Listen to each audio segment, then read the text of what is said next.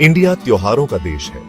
हम जिंदगी, मौत और बीच में जो कुछ भी है सब कुछ मनाते हैं। कुछ त्योहार बहुत धूमधाम से मनाए जाते हैं तो कुछ शांत और चिंतनशील होते हैं। गुप्त नवरात्रि ऐसा ही एक शांत त्योहार है। ज्यादातर लोग नवरात्रि के बारे में जानते हैं, देवी के 9 दिन जो साल में 2 बार मनाया जाता है। लेकिन बहुत कम लोग गुप्त नवरात्रि के बारे में जानते हैं। यह माघ के महीने में जो जनवरी से फरवरी तक होता है और आषाढ़ के महीने में जो जून से जुलाई तक होता है मनाया जाता है। गुप्त नवरात्रि के दौरान हम 10 महाविद्याओं की पूजा करते हैं जो देवी के शक्तिशाली रूप हैं और जिन्हें आमतौर पर लोगों से छुपा कर रखा जाता है। उनकी पूजा एक रहस्य है जो सिर्फ सच्चे साधकों के लिए है। यह नवरात्रि गुप्त क्यों है? इसका जवाब पुरानी कहानियों में छुपा है। एक कहानी एक ऐसे शक्तिशाली राक्षस की है जिसने देवताओं और मनुष्यों को बहुत परेशान किया। कोई भी उसे हरा नहीं पा रहा था। देवता शक्ति के पास गए जो कि दिव्य मां है, लेकिन उन्हें भी राक्षस को हराने में बहुत मुश्किल हुई। यह युद्ध 9 दिनों तक चला। आखिरकार शक्ति ने 10 भयानक रूप धारण किए जिन्हें महाविद्या कहा जाता है। अपनी संयुक्त शक्ति से उन्होंने राक्षस का नाश कर दिया। गुप्त नवरात्रि बुराई पर अच्छाई की इस जीत का जश्न मनाती है।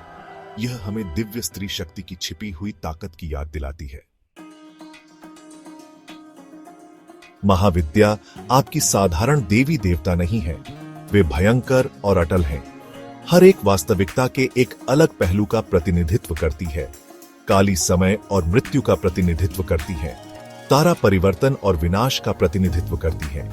त्रिपुरा सुंदरी सुंदरता और सृजन का प्रतिनिधित्व करती है। इनकी पूजा कमजोर दिल वालों के लिए नहीं है। इसके लिए साहस, अनुशासन और एक मजबूत दिमाग की जरूरत होती है।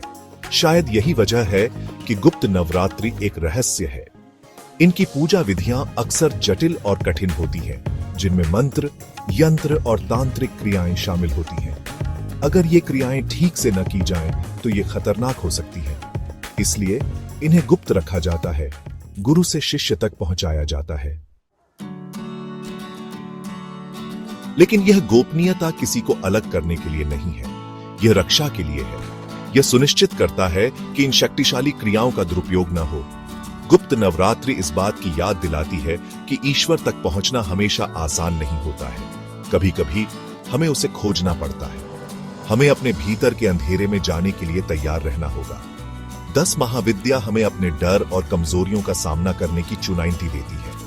वे हमें सतही से आगे बढ़कर अस्तित्व की समग्रता को अपनाने का आग्रह करती हैं। गुप्त नवरात्रि भले ही एक गुप्त त्योहार हो, लेकिन यह उन लोगों के लिए गहन सत्य रखता है जो इसे ढूंढते हैं। यह हमें अपने विश्वास और खुद के छिपे हुए आयामों का पता लगाने के लिए स्पष्ट से परे देखने के लिए आमंत्रित करता है।